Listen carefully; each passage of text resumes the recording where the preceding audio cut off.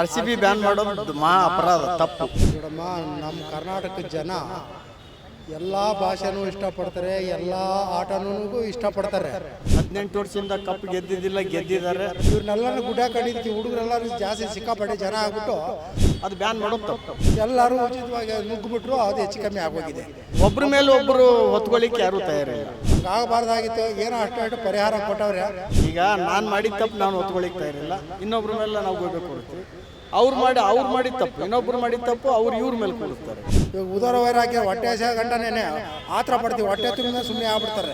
ಗೊತ್ತಿಲ್ಲಾರ್ದೆ ಹುಚ್ಚು ಅಭಿಮಾನ ಸತ್ತೋದಾಗಣೆ ಮುಚ್ಚಿ ಬರಕ್ಕೆ ಹೋಗ್ತಾರಲ್ಲಿ.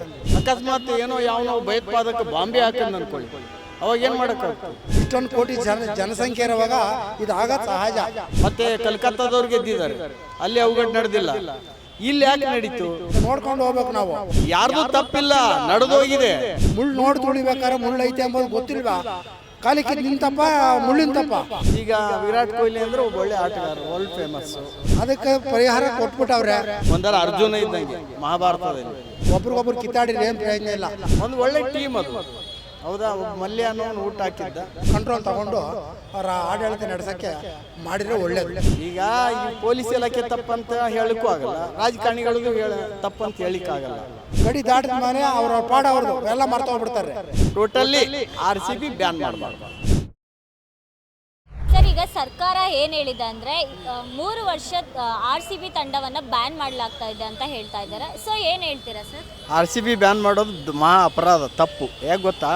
ಅದೊಂದು ಟೀಮ್, ಅದು ಆ ಟೀಮ್ ಯಾರಿಗೂ ಅನ್ಯಾಯ ಮಾಡಿಲ್ಲ. ಅವ್ರು ಆಡೋದ್ರು 18 ವರ್ಷದಿಂದ ಕಪ್ ಗೆದ್ದಿದ್ದಾರೆ. ನಮ್ಮ ಕರ್ನಾಟಕಕ್ಕೆ ಹೆಮ್ಮೆ, ಇಡೀ ನಮ್ಮ ದೇಶಕ್ಕೆ ಹೆಮ್ಮೆ, ಇಡೀ ನಮ್ಮ ಜಗತ್ತಿಗೆ ಹೆಮ್ಮೆ. RCB ಅಭಿಮಾನಿಗಳು ಜಗತ್ತಿನಾದ್ಯಂತ ಇದ್ದಾರೆ, ಬರೀ ನಮ್ಮ ಕರ್ನಾಟಕ ಅಲ್ಲ, ಎಲ್ಲ ಸ್ಟೇಟ್ಗಳಲ್ಲೂ ಇದ್ದಾರೆ. ಅದು ಬ್ಯಾನ್ ಮಾಡೋದು ತಪ್ಪು. ಈಗ 5 ಜನರನ್ನು ಸಸ್ಪೆಂಡ್ ಮಾಡಿದ್ದಾರೆ. ಸೊ ಅದ್ರ ಬಗ್ಗೆ ಏನು ಹೇಳ್ತೀರಾ? ಅದು ಒಬ್ಬರ ಮೇಲೆ ಒಬ್ಬರು ಹೊತ್ಕೊಳ್ಳಿಕ್ಕೆ ಯಾರೂ ತಯಾರಿಲ್ಲ. ಈಗ ನಾನು ಮಾಡಿದ ತಪ್ಪು ನಾನು ಹೊತ್ಕೊಳ್ಳಿಕ್ಕೆ ತಯಾರಿಲ್ಲ, ಇನ್ನೊಬ್ಬರ ಮೇಲೆ ನಾವು ಹೋಗ್ಬೇಕು ಕೊಡ್ತೀವಿ. ಅವ್ರು ಮಾಡಿದ ತಪ್ಪು, ಇನ್ನೊಬ್ಬರು ಮಾಡಿದ ತಪ್ಪು ಇವ್ರ ಮೇಲೆ ಕೂಡಿಸ್ತಾರೆ. ಆದರೆ ಹೋಗಿದ ಪ್ರಾಣ ಮತ್ತೆ ಬರೋದಿಲ್ಲ. ಆ ನೋವು ಅವ್ರ ತಂದೆ ತಾಯಿ ಅನುಭವಿಸ್ತಾ ಇದ್ದಾರೆ, ಹೌದಾ? ಅವ್ರ ಅಪ್ಪ ಅನುಭವಿಸ್ತಾ. ಇನ್ನೂ ಒಂದೇನೆಂದರೆ, ಅಲ್ಲಿ ಪ್ರಾಣ ಕೊಟ್ಟಿದ್ದಾರಲ್ಲ ಅಂಥಲ್ಲಿ ಮಕ್ಕಳನ್ನ ಕಳಿಸ್ಬಾರ್ದು. ಅಪ್ಪ ಅಮ್ಮ ಆದವರು, ಒಂದೊಂದೇ ಮಗು ಇದ್ದವರು ಭಾಳ ಚೆನ್ನಾಗಿ ಕಾಪಾಡ್ಕೋಬೇಕು. ಯಾಕಂದರೆ ಮತ್ತೆ ಮನೆಗೆ ವಾರಸ್ದಾರ ಒಂದೇ ಮಗು ಇರ್ತದೆ. ಅಂಥ ಲಕ್ಷಗಟ್ಟಲೆ ಜನ ಇರಲ್ಲಿ ಮಕ್ಕಳನ್ನ ಕಳಿಸಿದ್ದು ತಂದೆ ತಾಯಿ ತಪ್ಪು. ಆಮೇಲೆ ಅವಕ್ಕೆ ಗೊತ್ತಿಲ್ಲಾರ್ದೆ ಹುಚ್ಚು ಅಭಿಮಾನ, ಹೌದಾ? ಹುಚ್ಚು ಅಭಿಮಾನಕ್ಕೆ ಹೋಗಿ ತಮ್ಮ ಪ್ರಾಣ ಕೊಟ್ಟಿದ್ದಾರೆ. ಗೊತ್ತಿಲ್ಲ ಇಂಥವು ಎಷ್ಟೋ ಕುಂಭಮೇಳ ಅಲ್ಲಿ ಇಲ್ಲಿ ನಡೆದಿದ್ದಾವೆ. ಅವೆಲ್ಲ ಯಾಕೆ ಪೇಪರ್ ಓದಬೇಕು, TV ನೋಡ್ಬೇಕಂತ ಹೇಳೋದಂದರೆ, ಘಟನೆಗಳು ಜನ ಜಾಸ್ತಿ ಸೇರಿದಲ್ಲಿ ಏನಾಗುತ್ತೆ ನಮಗೆ ಗೊತ್ತಾಗಲ್ಲ. ಮಕ್ಕಳಾಗಲಿ, ವಯಸ್ಸಾದವರಾಗಲಿ, ಹೆಂಗಾಗಲಿ ತುಳಿದಾಗ ಹೇಳೋಕ್ಕೆ ಆಗಲ್ಲ. ಆ ರೀತಿ ನಾವು ಹುಷಾರಾಗಿರ್ಬೇಕು, ಸಮಾಜನೂ ಹುಷಾರಾಗಿರ್ಬೇಕು. ನಮ್ಮ ಯುವಕರು, ಆಮೇಲೆ ಯಾರೇ ಎಷ್ಟೇ ವಯಸ್ಸಿನವರಾದರೂ ಅಲ್ಲಿ ಒಂದು ಜನ ಸೇರ್ತಾರೆ ಅಂದರೆ ಅಲ್ಲಿ ಏನು ಅಪಾಯ ಆಗುತ್ತೆ ಯಾರಿಗೆ ಗೊತ್ತು? ಅಕಸ್ಮಾತ್ ಏನೋ ಯಾವನೋ ಭಯೋತ್ಪಾದಕ ಬಾಂಬೆ ಹಾಕಂದು ಅಂದ್ಕೊಳ್ಳಿ, ಅವಾಗ ಏನು ಮಾಡೋಕ್ಕಾಗ್ತದೆ? ಹಾಗಾಗಿ ಅಂಥ ಜನ ಸೇರೋ ಇದಕ್ಕೆ ಹೋಗಬಾರ್ದು, ನನ್ನ ಅಭಿಪ್ರಾಯ. ಹೋಗಬಾರ್ದು. ಆಮೇಲೆ ಸಂಘಟಕರು ಎಲ್ಲ ಕ್ಲೀನಾಗಿ ಮೇಂಟೈನ್ ಮಾಡ್ಬೇಕು. ಮುಂಬೈನಾಗೂ ಇದು ಕಪ್ ಗೆದ್ದಿದ್ದಾರಲ್ಲ, ಸಿಸ್ಟಮೆಟಿಕ್ ಮಾಡಿದ್ದಾರೆ, ಅಲ್ಲಿ ಯಾವುದೇ ಅವಘಡ ನಡೆದಿಲ್ಲ. ಮತ್ತು ಕಲ್ಕತ್ತಾದವ್ರು ಗೆದ್ದಿದ್ದಾರೆ, ಅಲ್ಲಿ ಅವಘಡ ನಡೆದಿಲ್ಲ. ಇಲ್ಲಿ ಯಾಕೆ ನಡೀತು? ಇಲ್ಲಿ ಸಿಸ್ಟಮ್ ಮಾಡಬೇಕಾಗಿತ್ತು. ಅದು ಒಮ್ಮಿಂದೊಮ್ಮೆ ಇಟ್ಕೊಂಡಿದ್ದು ತಪ್ಪು. ಒಂದು ವಾರ ಬಿಟ್ಟು ಇಟ್ಕೊಂಡು ಅದಕ್ಕೊಂದು ಸಿಸ್ಟಮ್ ಮಾಡಿ ಜನ ಹೇಗೆ ಬರಬೇಕು, ಹೆಂಗೆ ಕಂಟ್ರೋಲ್ ಮಾಡಬೇಕು, ಎಲ್ಲಿ ಆಯೋಜನೆ ಮಾಡಬೇಕು, ದೊಡ್ಡ ಸಭಾಂಗಣ ಇರಬೇಕು. ಇದು 36,000 ಜನ ಹಿಡಿಸ್ತದೆ, ಯಾವುದು ಚಿನ್ನಸ್ವಾಮಿ, ಅಲ್ಲಿ ಹೆಂಗಾಗುತ್ತೆ? ಇಲ್ಲಿ 3 ಲಕ್ಷ ಜನ, 36,000 ಜನ ಹೆಂಗೆ ಕಂಟ್ರೋಲ್ ಆಗುತ್ತೆ ಹೇಳಿ? ಯಾರ್ದು ತಪ್ಪಿಲ್ಲ, ನಡೆದೋಗಿದೆ. ಈಗ ಒಬ್ಬರ ಮೇಲೆ ಒಬ್ಬರು ಗೂಬೆ ಕೂಡಿಸೋದು ನಡೀತಾ ಇದೆ. ಆದರೆ ಹೋದ ಪ್ರಾಣ ಬರಲ್ಲ. ಅವ್ರ ಅಪ್ಪ ಅಮ್ಮ ಗೋರಿ ಮೇಲೆ ಬಿದ್ದು ಅಳ್ತಾ ಇದ್ದಾರೆ, TVಯಲ್ಲೆಲ್ಲ ತೋರಿಸ್ತಾ ಇದ್ದಾರೆ. ನಮಗೂ ನೋವಾಗಿದೆ. ಅದೇ ಪರಿಸ್ಥಿತಿ ನಮಗೆ ಬಂದರೆ, ಅದೇ ಒಬ್ಬರ ಮೇಲೆ ಒಬ್ಬರು ಈಗ ಸರ್ಕಾರದ ಮೇಲೆ ಬರ್ತದೆ ಅಂಥೇಳಿ ಅವರು ಈಗ ಇವು ಸರ್ಕಾರ ಮೇಲೆ ಬರುತ್ತೆ ಅಂಥೇಳಿ ಅಧಿಕಾರಿಗಳ ಮೇಲೆ ಮಾಡಿದ್ದಾರೆ. ಅವ್ರ ಅಧಿಕಾರಿಗಳು ಅಪೀಲ್ ಹೋಗಿದ್ದಾರೆ, ಅವ್ರು ತಪ್ಪು ಮಾಡಿಲ್ಲ. ಅಂದರೆ ಮೊದಲೇ ಸರ್ಕಾರಕ್ಕೆ ಎಚ್ಚರಿಕೆಯನ್ನು ಪೇಪರ್ದಲ್ಲಿ ಓದಿದ್ದು ನನ್ನ ವೈಯಕ್ತಿಕ ವಿಷಯ ಅಲ್ಲ, ಹೌದಾ? ಅವರೆಲ್ಲ ಎಚ್ಚರಿಕೆ ಕೊಟ್ಟಿದ್ದಾರಂತೆ. ಏನೋ ಇವರು ಸರ್ಕಾರದವರು ತಪ್ಪು ಮಾಡಿಲ್ಲ. ನಮ್ಮ ರಾಜ್ಯದ ಟೀಮು ಗೆದ್ದಿದೆ 18 ವರ್ಷದ ಮೇಲೆ. ಈಗ ವಿರಾಟ್ ಕೊಹ್ಲಿ ಅಂದರೆ ಒಬ್ಬ ಒಳ್ಳೆ ಆಟಗಾರ, ವರ್ಲ್ಡ್ ಫೇಮಸ್ಸು, ಒಂದರ ಅರ್ಜುನ ಇದ್ದಂಗೆ ಮಹಾಭಾರತದಲ್ಲಿ. ಮತ್ತು ಅಂಥ ವ್ಯಕ್ತಿನ ಕರ್ಕೊಂಬಂದು ಸನ್ಮಾನ ಮಾಡಿದ್ರೆ ಅವ್ರಿಗೆ ಒಂದು ಹೆಮ್ಮೆ ಅಲ್ವಾ? ಆ ರೀತಿ ಮಾಡಿದ್ದಾರೆ, ನಡಿಬಾರ್ದು ನಡೆದಿದೆ. ಹೀಗಾಗಿದೆ. ಈ ರೀತಿ ನಡಿಲಾರ್ದಂಗೆ ನೋಡ್ಕೋಬೇಕಷ್ಟೇ. ಆದರೆ RCB ಬ್ಯಾನ್ ಮಾಡಬಾರ್ದು. ಒಂದು ಒಳ್ಳೆ ಟೀಮ್ ಅದು, ಹೌದಾ. ಒಬ್ಬ ಮಲ್ಯ ಅನ್ನೋನು ಊಟ ಹಾಕಿದ್ದ, ಈಗ ಬೇರೆ ಫ್ರಾಂಚೈಸಿಗಳು ಚೇಂಜ್ ಹಾಕ್ಕೊಂಡು ಹೋಗಿದ್ದಾರೆ. ಈಗ ನಾನು ಅಪರಾಧ ಮಾಡಿ ನನ್ನನ್ನು ಮಟ್ಟ ಹಾಕೋದು ತಪ್ಪು. ನಮ್ಮನ್ನು ಸರಿದಾರಿಗೆ ತರಬೇಕು, ಹೌದಾ. ಈಗ ಒಬ್ಬ ಮಗ ತಪ್ಪು ಮಾಡಿದಾನಂತೇಳಿ ನಾವು ಅವನನ್ನು ಮೂಲಿಗುಂಪು ಮಾಡಬಾರ್ದು, ಹೌದಾ. ಅದಕ್ಕೆ ಒಂದು ಕಾನೂನು ಮಾಡಿ ಸರಿದಾರಿಗೆ ಈ ರೀತಿ ಮುಂದೆ ಆ ರೀತಿ ಆಗಲಾರ್ದಂಗೆ ನೋಡ್ಕೋಬೇಕು. ಎಲ್ಲ ಟೀಮು ಇರಬೇಕು, ಯಾವ ಟೀಮು ಬ್ಯಾನ್ ಆಗಬಾರ್ದು. ಅಂದರೆ ಸರ್ಕಾರ ಬೇಜವಾಬ್ದಾರಿಯಿಂದ ಪೊಲೀಸರನ್ನ ಟಾರ್ಗೆಟ್ ಮಾಡಿ ಯಾಕೆ ಸರ್ ಅವ್ರನ್ನ ಸಸ್ಪೆಂಡ್ ಮಾಡಿದ್ದಾರೆ? ಅದೆಲ್ಲ ನಮಗೆ ಯಾರ ಬಗ್ಗೆನೂ ಮಾತಾಡೋ ಶಕ್ತಿ ಮಾತಾಡಬಾರ್ದು. ಈಗ ಈ ಪೊಲೀಸ್ ಇಲಾಖೆ ತಪ್ಪಂತ ಹೇಳೋಕ್ಕೂ ಆಗಲ್ಲ, ರಾಜಕಾರಣಿಗಳದ್ದು ತಪ್ಪಂತ ಹೇಳಿಕ್ಕಾಗಲ್ಲ, ಹೌದಾ. ಈಗ ಕೆಲವು ಜನರು ಎಲ್ಲಿ ಸರ್ಕಾರದವ್ರು ಹಿಂಗೆ ಮಾಡಬಾರ್ದಾಗಿತ್ತು ಅಂತಾರೆ. ಈ ಪೊಲೀಸ್ನವರು ನಾವು ಸೆಕ್ಯೂರಿಟಿ ಸರಿಯಾಗಿ ಕೊಟ್ಟಿಲ್ಲ ಅಂತಾರೆ. ಒಳಗಿರೋದು ಏನಿದೆ ನಮಗೇನು ಗೊತ್ತು. ನಾವು ಬರೀ ಪೇಪರ್ ನೋಡ್ತೀವಿ, TV ನೋಡ್ತೀವಿ, ಹೌದಾ.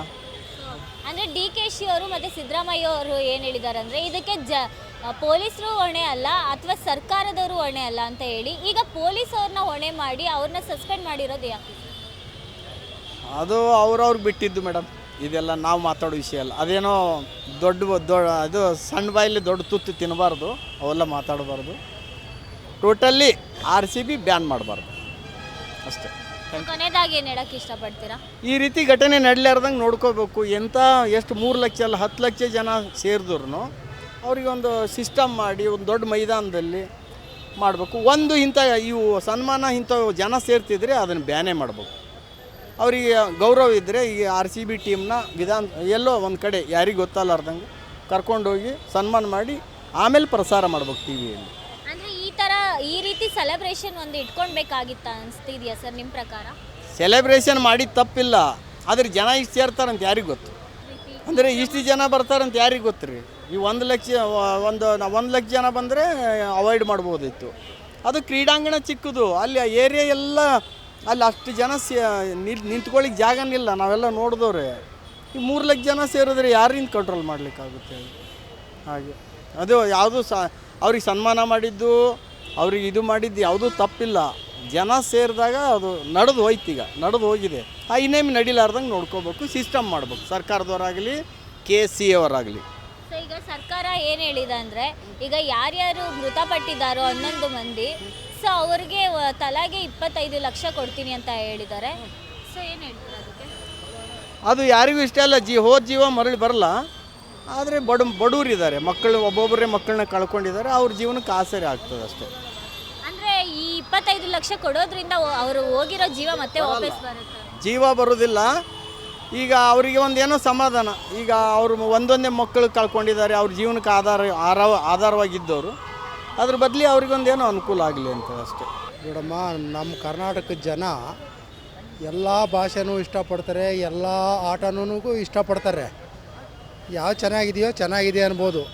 ಒಂದು ತೆಲುಗು ಫಿಲಮ್ ಇರಲಿ, ಚೆನ್ನಾಗಿದೆ ಅಂತೀವಿ. ತಮಿಳ್ ಭಾಷೆ ಗೊತ್ತಿದ್ದು ಚೆನ್ನಾಗಿದೆ ಅಂತೀವಿ. ಈ ಕ್ರಿಕೆಟ್ ಆಡೋರು ಹುಡುಗರಿಗೂ ಸ್ವಲ್ಪ ಹುಚ್ಚಿದೆ, ಆಗಲಿ ಸಂತೋಷ, ಅವ್ರು ಆಟ ಆಡ್ಕೊಳ್ಳಿ. ಈ ಥರ ಹಿಂಗಾಗಿರೋದ್ರಿಂದ ನಿಧಾನಕ್ಕೆ ಆ ಏರಿಯಾದ ಬೀದಿಗೆ ಅವ್ರಿಗೆ ಸನ್ಮಾನ ಇಟ್ಕೊಂಡು ಬೇಕಾದ್ರೆ ನಿಮಗೇನು ರಜಾ ಇದೆ, ಕ್ರಿಕೆಟ್ ಎಲ್ಲ ಮುಗೀತು, ನೀವು ಒಂದು 15 ದಿವಸ ಎಲ್ಲ ಸುತ್ತಾಡ್ರಪ್ಪ ಸಿಟಿನ, ನಿಮಗೆಲ್ಲ ಸನ್ಮಾನ ಮಾಡಿಸ್ಕೊಂಡು ಹೋಗ್ರಪ್ಪ ಅಂತಿದ್ರೆ ಮುಗಿದೋಗೋದತ್ತ ಅಲ್ವಾ? ಹಂಗೆ ಅನಿಸ್ತೈತೆ. ಇವ್ರನ್ನೆಲ್ಲರೂ ಗುಡ್ಡ ಕಂಡಿದ್ದಕ್ಕೆ ಹುಡುಗರೆಲ್ಲರೂ ಜಾಸ್ತಿ ಸಿಕ್ಕಾಪಟ್ಟೆ ಜನ ಆಗ್ಬಿಟ್ಟು ಕಾಲು ತುಳ್ಕಕ್ಕೆ ಸಿಕ್ಕಾಕೊಬಿಟ್ಟು ತೊಂದರೆ ಆಯಿತು ಅಷ್ಟೇನೇ. ಇದೇನು ಯಾರ್ದು ತಪ್ಪಿಲ್ಲ. ಎಲ್ಲ ಒಂಥರ ಪೊಲೀಸ್ ಆಫೀಸರ್ ಏನು ಮಾಡಿದ್ರೆ ಅವ್ರಿಗೆ ಹ್ಯಾಂಡ್ ಓವರ್ ಮಾಡಿದರೆ ನಿಮ್ಮ ಏರಿಯಾದಾಗ ಬರ್ತೈತೆ, ನೀವು ಜನ ಜಾಸ್ತಿ ಆದರೂ ಹುಷಾರು ಅಂತ ಕಂಟ್ರೋಲ್ ಮಾಡೋರು. ಅವರು ಮೊದಲೇನೆ ಹುಷಾರಾಗ್ಬಿಡೋರು. ಏಕ್ದಮ್ಮು ನೀವು ಉಚಿತವಾಗಿ ಹೋಗ್ರಿ ಅಂತಂದರೆ ಎಲ್ಲರೂ ಉಚಿತವಾಗಿ ನುಗ್ಗಿಬಿಟ್ರು, ಅದು ಹೆಚ್ಚು ಕಮ್ಮಿ ಆಗೋಗಿದೆ ಅಷ್ಟೇ. ಆ್ಯಕ್ಚುಲಿ ಹಂಗಾಗಬಾರ್ದಾಗಿತ್ತು. ಏನೋ ಅಷ್ಟು ಪರಿಹಾರ ಕೊಟ್ಟವ್ರೆ, ಅದು ಮುಗೀತು. ಇದನ್ನು ಆಗಲಲ್ಲ ಅದನ್ನೇ ಕೆಣಕೊಂಡು ಕೂತ್ಕೊಂಡ್ರೆ ಹೊಸ ವಿಚಾರ ಬರ್ತಾ ಇರ್ತೈತೆ. ಒಂದು ವಾರ ಹೋದ್ಮೇಲೆ ಇನ್ನೊಂದು ಹೊಸ ವಿಚಾರ ಬರ್ತೈತೆ. ಆಗ ಅದನ್ನು ವಾರ ಹಿಡಿತಾರ. ಆ ವಾರ್ತೆನೇ ಆಗಲಿ, ಜನಗಳ ಬಾಯಿಗೆ ಆಗಲಿ ಎಲ್ಲ ಮರ್ತೋತಾರೆ. ಇವಾಗ ಸತ್ತೋಗ್ಬಿಟ್ರೆ ಮಶಾಣ ವೈರಾಗ್ಯ, ಪ್ರಸೂತಿ ವೈರಾಗ್ಯ, ಉದರ ವೈರಾಗ್ಯ ಅಂತ ಅವೇ ಸೇಮ್ ಅದೇ ಥರನೇ. ಅದು ಇವಾಗ ಉದರ ವೈರಾಗ್ಯ ಹೊಟ್ಟೆ ಗಂಟನೇ ಆತರ ಪಡ್ತೀವಿ, ಹೊಟ್ಟೆ ತುಂಬ ಸುಮ್ಮನೆ ಆಗ್ಬಿಡ್ತಾರೆ. ಇವಾಗ ಒಂದು ಮಗು ಆದಮೇಲೆ ಅಯ್ಯೋ ಇನ್ನು ಮಕ ಮುಚ್ಚ ನನಗೆ ಕಷ್ಟ ಅಂತ ಹೆರಿಗೆ ಆಗ್ತೈತೆ. ಹೆರಿಗೆ ಆದಮೇಲೆ ಒಂದು 3 ತಿಂಗಳು 2 ತಿಂಗಳು ಆದಮೇಲೆ ಮರ್ತೇ ಹೋಗ್ತಾರೆ, ಆ ನೋವು ಕಾಣಲ್ಲ. ಸತ್ತೋದಾಗೇನೆ ಮುಚ್ಚಿ ಹೋಗ್ತಾರಲ್ಲಿ ಮಶಾಣಕ್ಕೆ ತಕ್ಕ ಹೋಗ್ತಾರೆ. ಅವಾಗ ಗಡಿ ದಾಟೋವರೆಗೂ ಅಯ್ಯೋ ಏನಿದ್ರೆ ಏನು ಫಲ ಅಂತ ನಾವು ಒದ್ದಾಡ್ತೀವಿ, ವೈರಾಗ್ಯ ಪಡ್ತೀವಿ.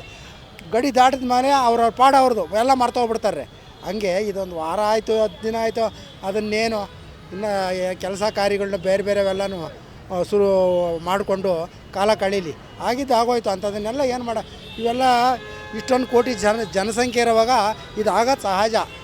ಇದೇನು ಮಹಾ ದೊಡ್ಡದಲ್ಲ. ಇಷ್ಟೊಂದು ಕೋಟಿ ಜನ ಐತಿ ಬೆಂಗಳೂರಿನಾಗೆ. ಅಂದ್ರೆ ಪ್ರಾಣ ಹೋದ್ರೂ ಬೆಲೆನೇ ಇಲ್ವಾ ಸರ್? ಬೆಲೆ ಏನಲ್ಲ, ಮಾಡಬಾರ್ದೆಲ್ಲ ಆಗಬಾರ್ದೆಲ್ಲ ನುಗ್ಗಾಡ್ಕೊಂಡು ಹೋಗುವಂಥರ. ತಿರುಪ್ತಿಗೆ 50 ಸಲ ಹೋಗೋಕ್ಕಾಗತ್ತೆ. ಜನ ರಶ್ ಇದ್ದರೆ ಧರ್ಮಸ್ಥಳಕ್ಕೆ ಹೋಗೋಕ್ಕಾಗತ್ತೆ. ನೋಡ್ಕೊಂಡು ಹೋಗ್ಬೇಕು ನಾವು. ಅಲ್ಲಿ ಮುಳ್ಳೈತೆ, ಅವ್ರು ತುಳಿದಿದ್ದು ಯಾರು ತಪ್ಪು? ಮುಳ್ಳು ನೋಡಿ ತುಳಿಬೇಕಾದ್ರೆ ಮುಳ್ಳೈತೆ ಎಂಬುದು ಗೊತ್ತಿಲ್ವಾ? ಕಾಲಿಕ್ಕಿದ್ದು ನಿಂತಪ್ಪ, ಮುಳ್ಳಿನ ತಪ್ಪ. ಹಂಗೆ ಅಲ್ಲಿ ಜನ ಜಾಸ್ತಿ ನುಗ್ಗಾಟ ಬೀಳ್ತೀವಿ ಹೇಳ್ತೀವಿ ಎಂಬುದು ಗೊತ್ತಿದ್ರು ಹೋಗಿ ಬಿಡಿದ್ರೆ ಅದು ಯಾರು ಮಾಡೋಕ್ಕಾಗತ್ತೆ ಹೇಳಿ? ಅದೆಲ್ಲ ಪ್ರತಿಯೊಬ್ಬರಿಗೂ ಒಂದು ಬಹುಮಾನ, ಒಂದು ಮುಯಿ ಥರ ಇದ್ದೇ ಇರ್ತೈತೆ. ಏನಾನ ಕಷ್ಟ ಸುಖ ಆದರೆ ತೊಗೊಂಡು ಆಗೋ ಶಾಂತಿ ಮಾಡೋಕ್ಕಿದ್ದು ನವಗ್ರಹಗಳು ಶಾಂತಿ ಮಾಡ್ದಂಗೆ ಯಾರೋ ತಾಪತ್ರಯ ಕೊಟ್ಟವ್ರಿಗೆ ಒಂದು ಸ್ವಲ್ಪ ಶಾಂತಿ ಅದಕ್ಕೆ ಇದ್ದೇ ಇದೆ. ಅದಕ್ಕೆ ಪರಿಹಾರ ಕೊಟ್ಬಿಟ್ಟವ್ರೆ. ಇನ್ನು ಆ ವಾರ 10 ದಿನ ಆಯಿತು, ಇನ್ನೇನು ಮತ್ತು ಇನ್ನು ಮುಂದೆ ಆಗದಂಗೆ ನೋಡ್ಕೋಬೇಕು ಘಟನೆಗಳ್ನ. ಅಷ್ಟೇ ನಮ್ಮ, ಇನ್ನೇನು ಮಾಡೋಕ್ಕಾಗಲ್ಲ. ಒಬ್ರಿಗೊಬ್ರು ಕಿತ್ತಾಡಿದ್ರೆ ಏನು ಪ್ರಯೋಜನ ಇಲ್ಲ.